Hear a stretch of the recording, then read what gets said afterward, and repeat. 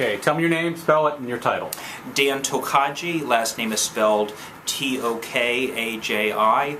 I am part of the Yes on 2 ballot committee, Voters First, and I am also a law professor at The Ohio State University, although of course any statements I make are solely on my own behalf and not on behalf of The Ohio State University or its law school. Excellent.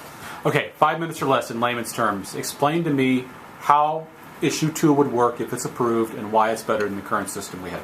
Certainly.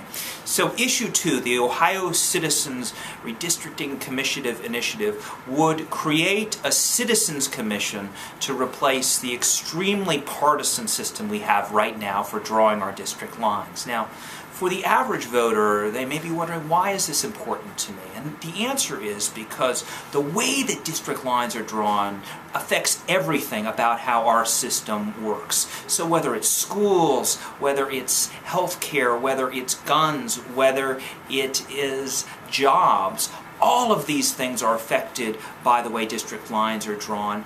The way that our district lines are drawn are intended to maximize the advantage that incumbents and the party in power holds, while minimizing the extent to which every citizen's vote really matters. So redistricting is something that every citizen should care about. Our lines have been drawn in a way that basically ensures that politicians won't be held accountable to the people. Issue 2 would return the power to draw district lines, and therefore the power in our political system, to the people where it belongs, in keeping with we the people in our Constitution, and it would ensure that the district lines are fair, that they're balanced, that they're competitive, that they track community boundaries, and that those districts are compact. So the bottom line is that Issue 2 will hand the power over our political system back to the people, take it away from politicians serving their own interest at the expense of the public interest.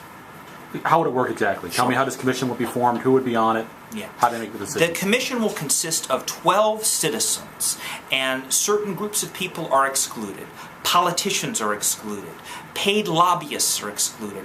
Big money campaign donors and other political operatives are excluded from the commission. The idea is to have people who are really interested in serving the public interest, not the interests of any politician or party. It would have to consist of 4 Democrats, 4 Republicans, and 4 people who are aligned with neither major party.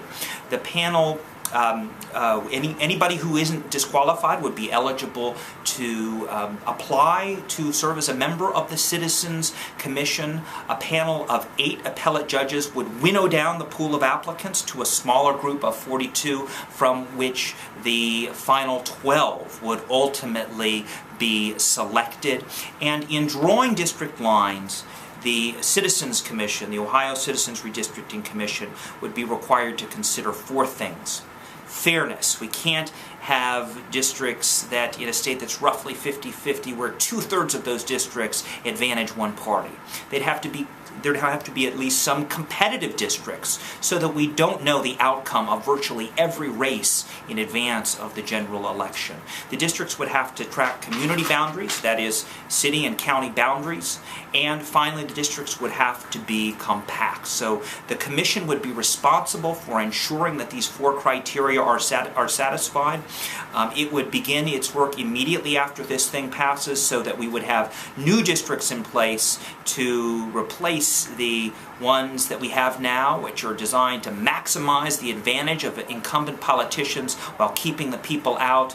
And then every decade after the census thereafter, new district lines would be drawn by a new Citizens Commission. I'll stop a second.